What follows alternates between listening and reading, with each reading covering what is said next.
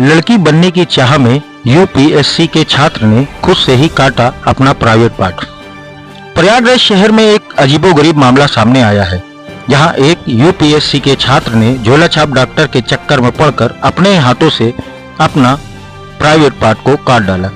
जब छात्र दर्द बर्दाश्त नहीं हुआ तो उसने चिल्लाना शुरू कर दिया।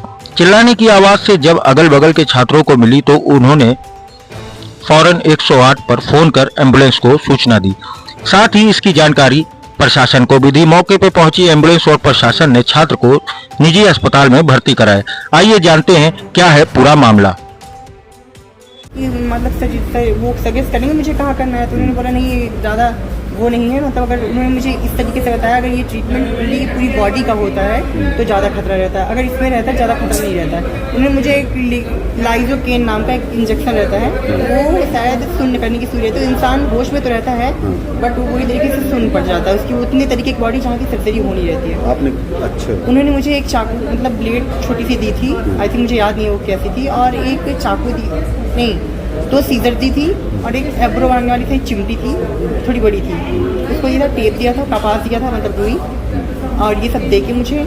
और उन्होंने बताया कि ऐसे ऐसे करना है। हाँ, उन्होंने बताया मुझे ऐसे प्रोसेस करना है। क्या नाम है डॉक्टर का? डॉक्टर जेनित नाम है शायद, डॉक्टर जेनित। आपने खुद मतलब अपने कमरे में ये ऐसी कदम उठा लिया? जी। अब सर हम उनको भी ये नहीं कह सकते, उनके बारे में एक्शन भी हम नहीं ले सकते कि जी, क्योंकि मेरी भी रजामंदी थी, बिल्कुल, तो इसलिए हम उनके ऊपर नहीं। तो फिर कैसे दिक्कत हुई तो कौन बचाया फिर आपको? आपके पास दिक्कत बात यही आपने सही कहा है, जब मुझे दिक्कत होने लगी, जब पहले जब मैंने कर लिया तो मुझे दिक्कत नहीं हुई जब तक उसका असर था। अच्छा। जैसे ही अप्रॉक्सीमेट उसके असर मतलब खत्म होने लगा तो मुझे अंडरस्टैंड मुझे लगने लगा कि ये अब कुछ गलत हो रहा है मेरे साथ। अच्छा। मुझे इतना पेन हो रहा था जैसे हाई ब्रेन के बाहर पेन हो रहा है, और ब्लडिंग इतनी हो रही थी मतलब ऊपर से नीचे तक पूरे रूम में मेरी ब्लड था। मेरा बहुत ब्लड लॉस हो गया है और इससे मुझे ब्लड की शायद कमी भी है। फिर मरीज क्या कौन बचाया फिर आया? तो मैंने हेल्प मांगी, मैंने कहा कि जिस डॉक्टर ने मुझे ये सलाह दी था मैंने उसको कहा कि उसको बुला के आओ, मुझे पेन किलर दे, मतलब सुई दे इंजेक्शन में, ताकि मुझे दर्द ना हो। लेकिन सर मुझे नहीं पता था कि मैं एक प्रोसीजर नहीं होती, इसमें कई प्रोसीजर होती हैं जिससे इंसान की जान बचती है, वरना इसमें इंसान की जान भी नहीं बचती। बहुत खुश नसीब है जो हमारी जान बच चुकी है इसमें। तो सर इतना कुछ करने के बाद मैंने अपने एक मतलब नीचे एक वो था एक लड़का था जिसे रहता था लॉज का ही, मैंने उससे हेल्प मैंने कहा जाओ दवा लेके आओ, तो मैंने उसने मुझे एक पेन किलर, उसने एक दवा लाई किसी और मेडिकल स्टोर से, मैंने उसको नहीं खाया तो मुझे बहुत ज़्यादा पेन लगा। मैंने मकान मालिक को ऐसे जाके सीधे मैंने बता दिया, सर मैंने चिल्लाया, मैंने कहा भैया कोई मुझे एम्बुलेंस बुलाओ, मुझे जाना है, मुझे पेन हो रहा है। हम किससे बताएं कि मैंने खुद अपने शर्म की बात है कि मैं खुद ऐसे कर सका, लोग आश्चर्य में। मैंने कहा प्लीज़ कोई छत पे ना आइए। उसके बाद मुझे प्यास लगने का, होंठ सूखने लगे, जिस तरह मुझे खून लॉस हुआ बॉडी में मुझे एनर्जी कम लगने लगी, लूज मोशंस होने लगे। फिर मुझे ऐसा लगने लगा कि हाँ अब मुझे बहुत ज़्यादा ही पेन होने वाला है, फिर अथाह पेन होने वाला है। फिर दिल्ली से एक डॉक्टर है, मतलब एम्बुलेंस, दिल्ली ये हॉस्पिटल है, तो वहाँ से एम्बुलेंस आई थी, एम्बुलेंस पे वहाँ से ले गए थे, तो वहाँ से रिफ़र हुआ था।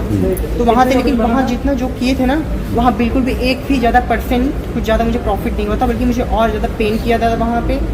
और दिल्ली एक प्रकार वहाँ मेरे ऊपर अत्याचारी टॉर्चर ही किया गया था, मतलब वहाँ ठीक करने का कोई वो नहीं था, सिर्फ लोग फ़ोटो खींचते थे, आके कम्प्लीमेंट देते थे, इलाज नहीं करते थे। तो वहाँ से गुस्से से आके मैंने मतलब वहाँ से रिफ़र करवाने के लिए मैंने सोच रखा था। तो वहाँ से पुलिस आए, मतलब पैनामा, कोई हाथ से पैनामा होता है ना, वैसे मेरी अंगूठी पे ये निशान लिया गया, तो उसका निशान लेने के बाद वहाँ से रिफ़र करवाया। जब हम यहाँ पहुँचे तब आई गेस कि इस तरीके का हॉस्पिटल कभी नहीं कहीं नहीं था। यहाँ से मुझे एक नई लाइफ, मतलब जिस कंडीशन में हम यहाँ इंटर किए थे। आप ट्रॉमा सेंटर में रात में हमारे पास ऐसा एक पेशेंट आया, यंग लड़का था, जिसको बताया जिसने कि उसके प्राइवेट पार्ट पे उसने खुद से एक लोकल इंजेक्शन, सुन्न करने वाला जो इंजेक्शन होता है वो लगा करके उसने काट लिया था। काफी ब्लीडिंग हो रही थी और साथ ही साथ दर्द भी बहुत था, असहनीय दर्द था। उसने प्राइवेट पार्ट में कई ऐसे वार किए थे जिसकी वजह से प्राइवेट पार्ट उसका काफी डैमेज हो गया था। हमने इमरजेंसी में तत्काल उसका इलाज शुरू किया, जो ब्लीडिंग थी वो बंद की गई, ड्रेसिंग की गई और फिलहाल मरीज स्टेबल है। और उसके टाइमली हमारे पास पहुंचने से हम उसकी जान को खतरा टल गया है और फिलहाल वो स्टेबल है। ये हमने जब बाद में हिस्ट्री ली तो उसने बताया कि उसको ऐसा लगता था कि वह लड़का नहीं बल्कि लड़की है, और गूगल पे सर्च किया, कुछ किसी झोला छाप टाइप के डॉक्टर से बात की और उसने ऐसी सलाह दी कि अगर वो अपने प्राइवेट पार्ट को काट देगा तो वो लड़की बन जाएगा, जो कि सरासर गलत था। ऐसे केसेस को हम लोग अगर साइकेट्रिक एवेल्युएशन करें तो हमें ऐसा लगता है कि जेंडर आइडेंटिटी डिसऑर्डर की तरह एक तरह से ये है केस, और कई बार लोग आते हैं ऐसा बताते हैं कि वो गलत शरीर में है, लेकिन यह पहला मामला विगत कई सालों में मेरी जानकारी में आया जिसने में कि उस लड़के ने स्वयं ही अपना जेंडर परिवर्तित करने के लिए खुद से ही सर्जरी करने का डिसाइड किया, और एक यह जानलेवा कदम हो सकता था। फिलहाल हम जो हमारी एमडीटी है, मल्टी डिसिप्लिनरी टीम है, यूरोलॉजिस्ट हैं, प्लास्टिक सर्जन हैं, साइकेट्री वाले हैं, ट्रामा सर्जन हैं, हम सब मिल करके उसको इवेल्युएट कर रहे हैं और साइकेट्रिक इवेल्युएशन के बाद उसकी फैमिली और उससे बात कर रहे हैं, और हम ये कोशिश करेंगे कि उसका प्रॉपर ट्रीटमेंट हो और वो अपनी नॉर्मल लाइफ में जल्दी से जल्दी वापस जाए। अभी फिलहाल बच्चा स्टेबल है। Doctor Santosh Singh, associate professor surgery department, मैं मीडिया इंचार्ज हूँ मेडिकल कॉलेज और SRM हॉस्पिटल।